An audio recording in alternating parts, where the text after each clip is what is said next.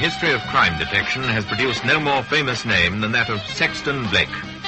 We present William Franklyn as Sexton Blake, with David Gregory as his assistant tinker, and Heather Chasen as his secretary Paula Dane, in a series of case histories by Donald Stuart.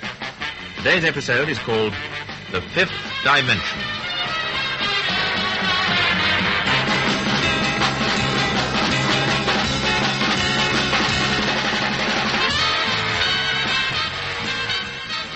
Sit down, Mrs. Monkton. You'll find that chair very comfortable. Thank you. Unless you want me, Mr. Blake, I'll get back to my work. All right, Paula. Now, Mrs. Monkton, my secretary has told me very briefly what you told her. I want you to repeat it, including every detail you can think of. Do you want me to begin with what happened the night before last? No, please begin at the beginning. 3 months ago, your husband won a substantial amount on the pools, didn't he? £84,000. Up to the time he won this large sum, everything was quite normal. Oh, yes. We'll start from there, then. Well, we'd decided we'd buy a bungalow. I gave up my job and Harry gave up his. What was his job? He was a mechanic with BCP, the car manufacturer. Go on, Mrs. Monkton. Well, everything was wonderful. I could scarcely believe our luck, and then that little packet came for Harry. He opened it in front of you? Yes. He was wondering what it was and who could have sent it. When I saw what was in it, I laughed, but Harry went as white as a sheet. What exactly was in the packet? Well, just a tie pin. A cheap thing like you might get out of a Christmas cracker, you know. And the head of it was shaped like a gollywog. You know what I mean? Yes. Anything else? Well, there was a slip of paper with the words, "A present from the Scarf Pin Club" on it. They was printed in ink. That was all? Yes. It was enough to change Harry from what he'd been. He wasn't the same man after that thing came. It was moody and worried, didn't take an interest in anything. It was as if all the life had been scared out of him. He was frightened? Oh, yes, I'm sure of it. Got to sleeping badly. He'd lie awake, staring up into the darkness. Several times he'd get up and wander about the house in his dressing gown. He said he was making sure that all the doors and windows was locked and fastened. Didn't you ask him what was worrying him? Well, I tried. I tried hard to get him to tell me, but he wouldn't. So did Mr. Morris. Mr. Morris? Yes. He's Harry's pal. He found us the bungalow and he lives close by. He couldn't get any more out of Harry than what I could. He only flew into a rage and swore there was nothing the matter. He just felt a bit out of sorts. Nothing actually happened between the receipt of this tie-pin and what occurred the night before last? Well, nothing that I know about. I wasn't there all the time, you see. I mean, I used to go out for an hour or so just to get a bit of a change sometimes. Didn't your husband go out at all? Well, sometimes he'd come with me, but not very often. He worked quite a bit in the garden. He's fond of gardening. Well, the night before last, the night it happened. Well, I'd persuaded him to come to the pictures. Yes. We'd had a late tea. Mr. Morris popped in for a minute. He didn't stay in. We left the house about 7:10. We was about halfway down that path to the gate when the telephone began to ring. Harry went back to answer it, and I haven't seen him since. He just walked into that bungalow, Mr. Blake, and vanished. Let me get this quite clear, Mrs. Monkton. Your husband went back to answer the telephone. He let himself in with his latchkey? Yes, but he never answered that phone. It was still ringing when I went to look for him. You answered it, did you? Yes. Oh, yes, it was a wrong number. What did you do then? Well, I called to Harry, but there was no reply. I searched the bungalow, but he wasn't there. There was nobody there. It was empty. Could he have left by the back way? The back door was locked and bolted on the inside, and so was the windows. And as well as that, Mr. Morris was in his garden. He can see the back of our bungalow plainly. He says that nobody left that way. Mm-hmm. Did your husband put the light on when he went back to answer the phone? Oh, yes. Oh, he wasn't there, Mr. Blake, honest. I don't know what happened to him, but he wasn't there. Yes, I see. What made you go back to the bungalow instead of waiting for him? I wondered why I hadn't answered that phone. They kept on ringing. I couldn't understand why he hadn't answered it, so... Well, I went to see what he was doing. Leaving the front door open?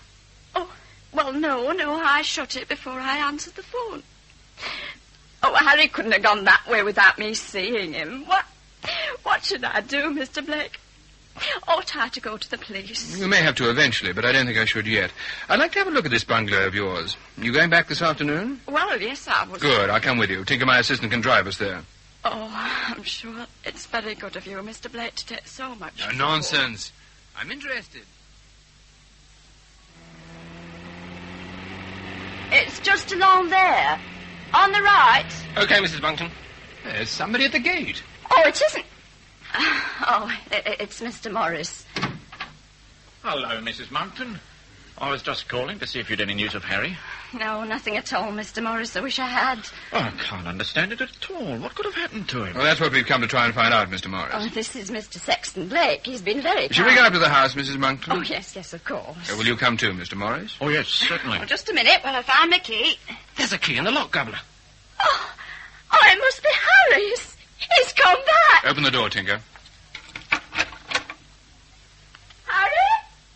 Are you there, Harry? Mrs. Monkton! Harry? If he was here, he'd have answered her.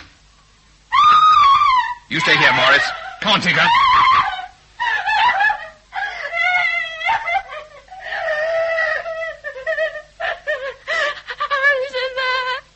He's in there. I opened the door, Mr. Blake, and I saw him lying there. Oh, it's Harry. He's dead. Governor, look, what's that? Pinned to his coat. It's a message. It says, a present from the Scarf Pin Club.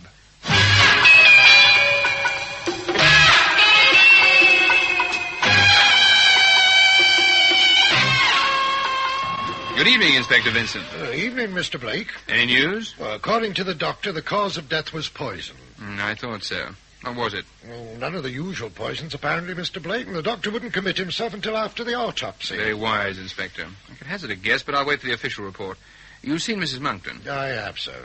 I don't mind admitting that I can't make head nor tail of this business at present. That makes two of a kind, Inspector. Well, this Scarf Pin Club, do you think it's a real club? I mean, membership and all that?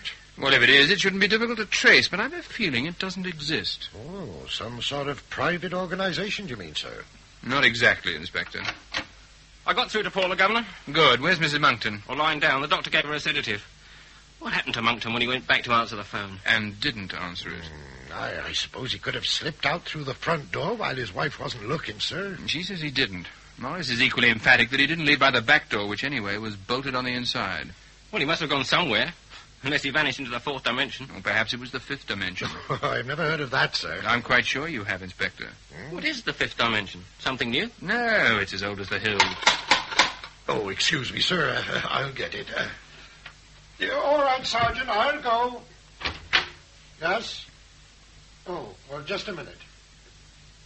Oh, no, there's no answer. Well, this telegram's just come from Mrs. Monkton, sir.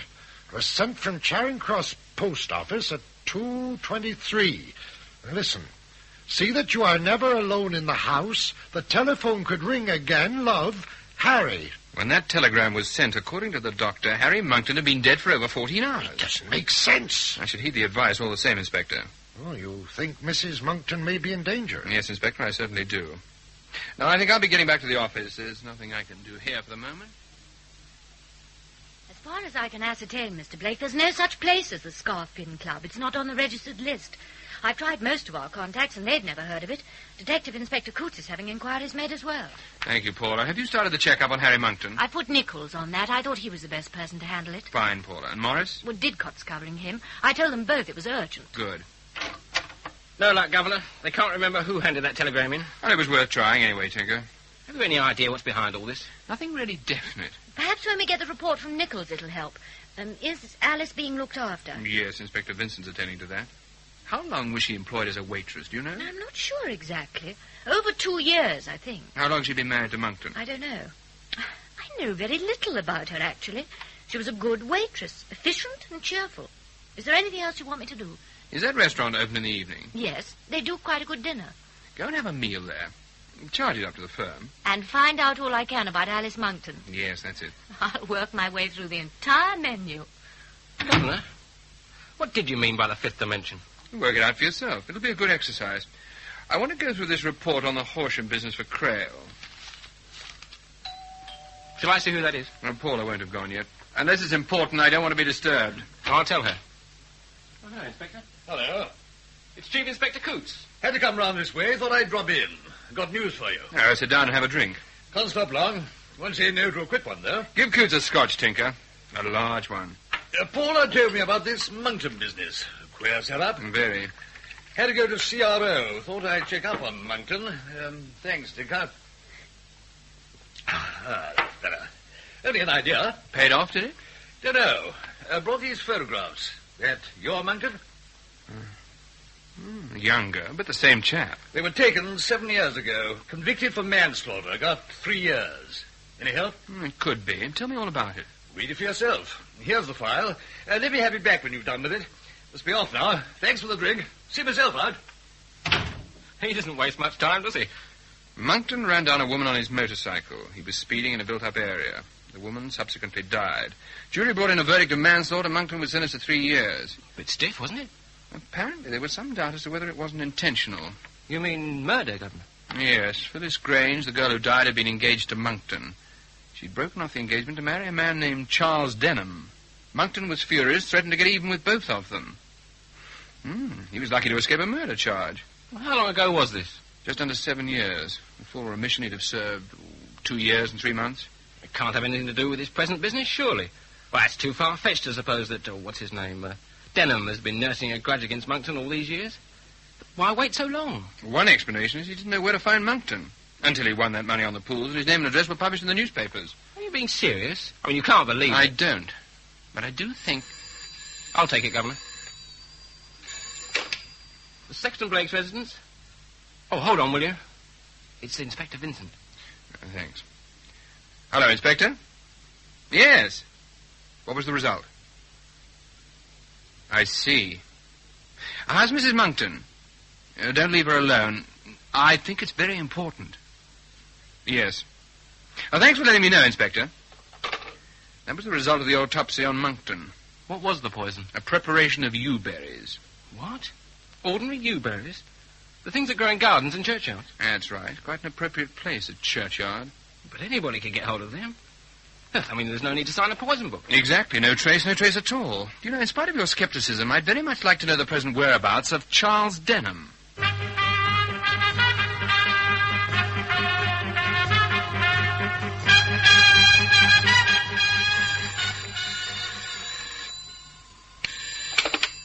Mr. Sexton Blake's residence?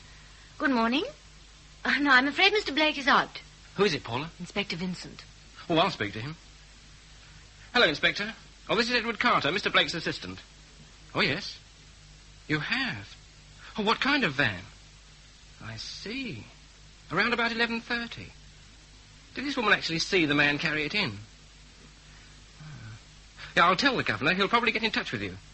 Yes. Yes, do that, Inspector. Thanks for ringing up. Inspector Vincent's found a woman who saw a van outside the Monktons' bungalow yesterday morning near 11:30. The driver carried in a large basket. She thought it was the laundry. Now, that's how they must have got the body in there.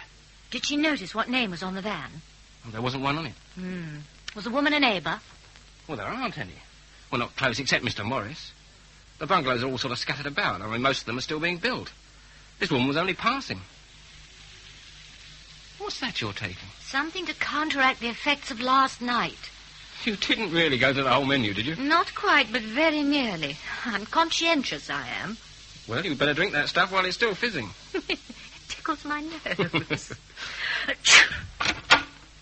Hello, caught a cold, Paula? Well, she's got a hangover. I have not got a hangover. I'm suffering from overeating. In the interests of the firm. Oh, yes. How did you get on? Not terribly well, I'm afraid. Alice used to chatter quite a lot to the other girls when she was working there, but she didn't say much about herself. No intimate details. She was already married to Harry Monkton when she got the job at the restaurant. How long ago was that? 2 years and 4 months. They don't think she'd been married very long then. Do you have a family alive? Father, mother? I think that will be difficult to find out. You see, she was abandoned when she was 6 weeks old and brought up in an institution. How did you find that out if she never talked about herself? The manager told me. He needed her birth certificate. And she told him? Yes. She begged him not to let the other girls know. She was very sensitive about it. I got the address she was living at before they bought the bungalow. And here it is. The landlady's name is Boiler. Mrs. Boiler. Not a very salubrious part of Camden Town. You might go and see Mrs. Boiler, Tinker. We might pick up some information about the Monktons. I'll go right away, Governor. Oh, Inspector Vincent rang up. Paul has got the whole conversation recorded. He's found how Monkton's body was brought into the bungalow. Oh, has he? There's something else I learned last night. A few weeks after Alice left her job at the restaurant, a man was making inquiries about her. What sort of inquiries? He wanted to know if her husband's name was Harry and where they were living. Did they say what he was like? He left his name. Charles Denham. Did he indeed? Well, off you go, Tinker. See what you can make of Mrs. Boiler. They was as nice a couple as you could wish to have in the house, sir. Never no trouble and always punctual with the rent. How long were they with you, Mrs. Boiler? Over 2 years. They come just after they was married. And it weren't till he won all that money on the pools that they left. Bit of luck that was for 'em, and well deserved. He gave me a nice present, he did, before they left. Mrs. Boiler says, I won't never forget all your kindness. He says, it's been a real home here, he said. And we wouldn't be leaving now, he said, only we've always wanted a place of our own, he said. Oh, I'm sure you made them very comfortable. Tell me, did they have many friends come and see them? Oh, there wasn't even much. She used to go to the pictures and a lot of dancing. Very fond of dancing, she was. Dancing? Once a week regular to that place off the Strand. Oh, I know what you mean. They might have met quite a few friends there. Maybe. None of them ever come here except Mr. Morris. He worked at the same place as what Mr. Monkton did. He come twice. Here, you're a bit nosy. You ain't a reporter, are you? I had enough of them when Mr. Monkton won the pools. Like flies round a gem pot, they was. No, I'm not a reporter, Mrs. Boiler. You ain't the police, are you?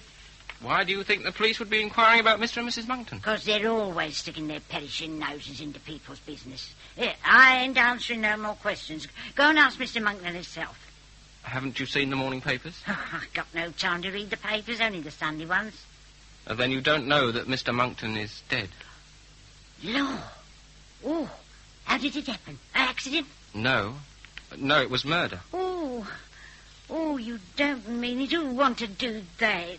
We're trying to find out. Oh, dear. Oh, I wish I could help her, poor Mrs. Monkton. Oh, I bet she's taking it bad. Such a happy couple they was. Here, I just remembered something. A chap come here after they left. He wanted to know where they'd gone. What was he like? Would you recognize him again if you saw him? No, I don't know as I would. Hold on, though. There is one thing. It's typing. Typing? Yes, you don't often see them nowadays, do you? That's why it caught me eye. Funny thing it was. Like one of them gollywogs.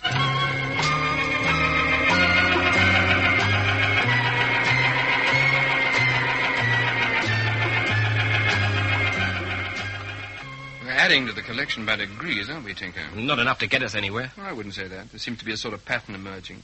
Rather indistinct, perhaps, but... I can't understand this man Charles Denham turning up after all that lapse of time. That's absurd. Is he the same man who was making inquiries at Mrs. Boiler's? And then the man who carried the basket into the bungalow. 3 separate men? Or just one? Now, the man with the van intrigues me. More than the man with the type-in or Charles Denham? Oh, yes, a great deal more. See who that is, Paula. Use your discretion. I don't want to be disturbed. Hello, can't they wait?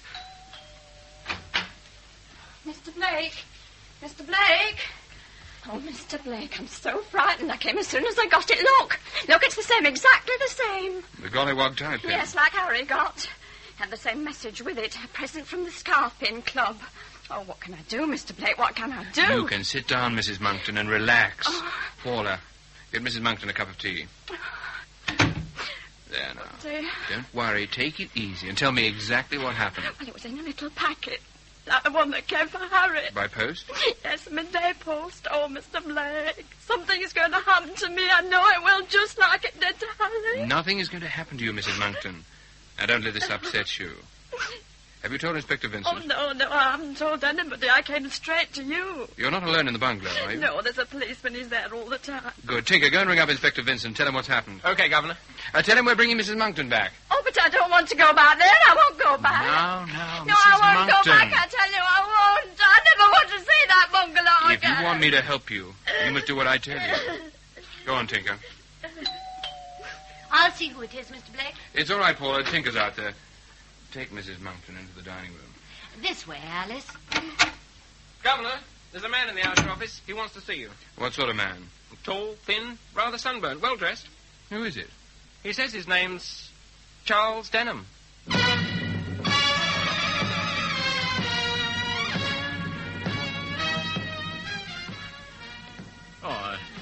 Good evening, Inspector Vincent. Good evening, Mr. Morris. Thank you for coming round. You just got back from work, I suppose. Yes. So you wouldn't know about Mrs. Monkton? Mrs. Monkton? What about her? Oh, she's received a present from the Scarf Pin Club. She has? Yeah, upset her quite a lot. I should think it did. After what happened to Harry. How well did you know Harry Monkton, Mr. Morris? Oh, pretty well. We both worked at the same place. Did you know he'd been to prison for manslaughter? Manslaughter? He never told me. When was this? About 7 years ago. I haven't known him as long as that. Well, how long have you known him? Well, when he got a job with the firm. That'd be 8 or 9 months before he got married. Did he ever mention a man named Denham, Charles Denham? No, I don't think so. And what's this manslaughter business? What did he do? Well, that'll be Mr. Blake and Mrs. Monkton. Excuse me. Hello, Inspector. I'm afraid we're later than I expected. I had 1 or 2 jobs to attend to. No worry, as far as I'm concerned, sir. I've got Mr. Morris in the sitting room. What's he doing here? Oh, well, he came to see how you were, Mrs. Monkton. Let's go in then, shall we? Shut the door, Tinker. Good evening, Mr. Morris. Lucky you chanced to call. I wanted to see you. Yes, well, I've only just got back from work, and I'm a bit tired. You'll have to forgive me for keeping you a little longer. What do you make the time, Tinker? 3 minutes past 7, Governor. It was 10 minutes past 7 when you and your husband were halfway down the front path and the telephone rang, wasn't it, Mrs. Monkton? Yes. And gives us nearly 7 minutes. For what? What do you mean? To prepare for the reception of our visitor. Visitor? Yes, Tinker, will you go into the kitchen and guard the back door? Righto, Governor. I'd like you to keep an eye on the front, Inspector. All right, Mr. Blake. Shut this door after you and put the light out in the hall. Oh, I'm frightened. I wish I'd never come back here. No, I don't see how anything can hurt you, Mrs. Monkton. I have to tell you something about the late Harry Monkton that I'm sure you don't know. Oh, about Harry? Yes. When Harry Monkton married you, he already had a wife. She is still alive. What? Oh, it isn't true. It can't be true. Unfortunately, I have proof. I don't believe it. There must be a mistake. Well, of course there is. Who is this woman? Where is she? She wouldn't have kept quiet all this time. It is ridiculous. Oh, no. Stay in this room. And you stay with her, Morris.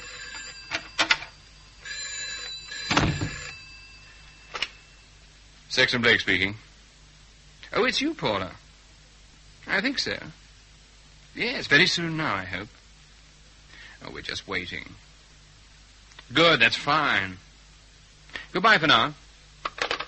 Everything all right, Mr. Blake? Up to now, Inspector, yes. What time are they coming? Any minute. You know what to do. Yes. Good. I must go round to the kitchen and see Tinker. Right. Who's that? It's me. How's it going? Couldn't be better, Governor. Well, that's a relief. You're quite sure? You don't have to worry at all. Good. I'll go back to the sitting room then. I'm sorry to have been so long. The telephone call was from my secretary, Miss Dane. Well, I was afraid. I thought... Oh, well, never mind. Mr. Blake, if Harry was already married when he met me, it means that I was never really his wife, doesn't it? I'm afraid so. Harry would never do a dirty trick like that. He wasn't that sort of chap. Do we ever really know what a person's like, Mr. Morris? You didn't know that Monkton had been convicted of manslaughter for causing the death of a girl, did you? Caused the death of a... Harry? Oh, I don't believe that. Who was she? Her name was Phyllis Grange. And the charge should have been murder, not manslaughter. Come in, Mr. Denham. We've been expecting you. Should have been here before. Got held up in the traffic jam. Never mind, Coots. You're here. That's the main thing. Will you come in, Inspector Vincent? I'm here, sir. Good. We've come to the moment when we can explain how it all happened.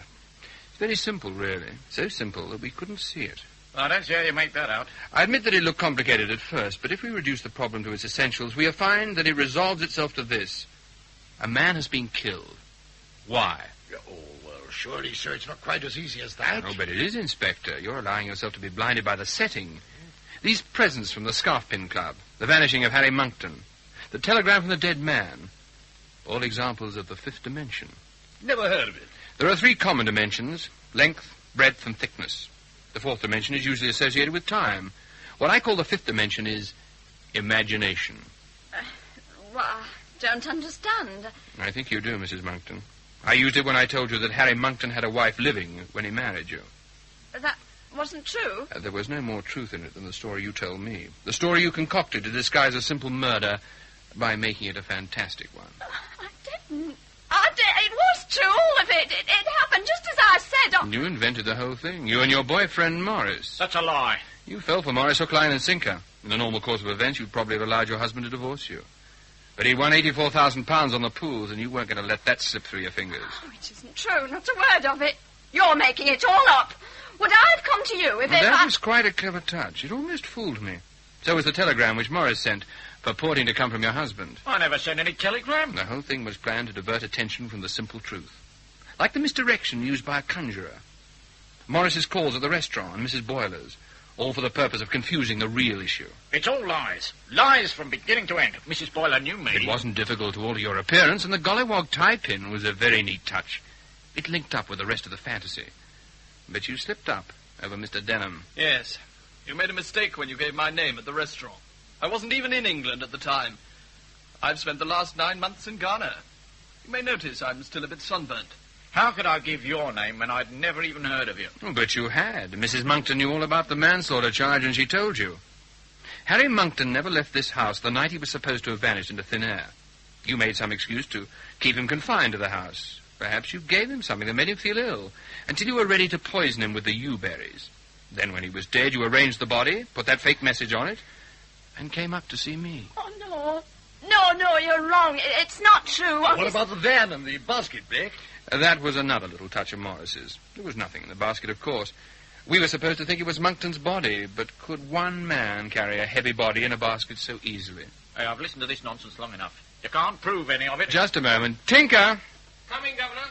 Now, Tinker, play that recording on the portable tape recorder. What's this, Blake? You'll hear. Go ahead, Tinker. Oh, no! Stay in this room. And you stay with her, Morris.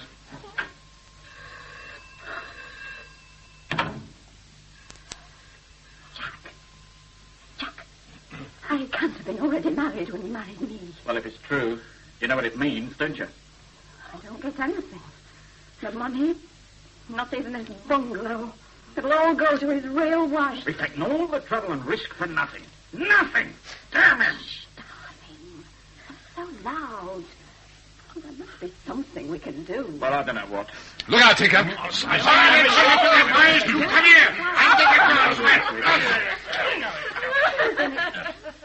Well, I can leave it to you now, Inspector. Come on, Tinker. How'd you get that recording?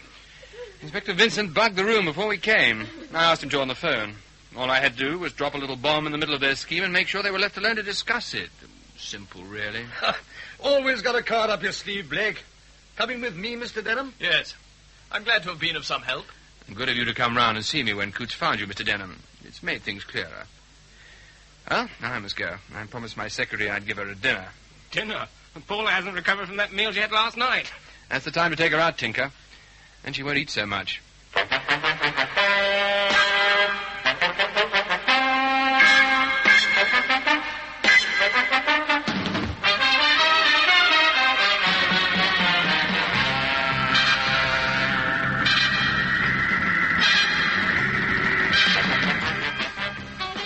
That story in our Sexton Blake series was called The Fifth Dimension and was written by Donald Stuart. William Franklyn was Sexton Blake, David Gregory, Tinker, and Heather Chasen, Paula. Alice Monckton was played by Gudrun Ure, Jack Morris by Hayden Jones, Inspector Vincent, Harold Casket, Detective Chief Inspector Coots, Humphrey Morton, Mrs. Boyler, Betty Hardy, and Charles Denham, Ian Thompson. The series was devised for radio by Philip Ridgeway and produced by Alastair Scott-Johnston.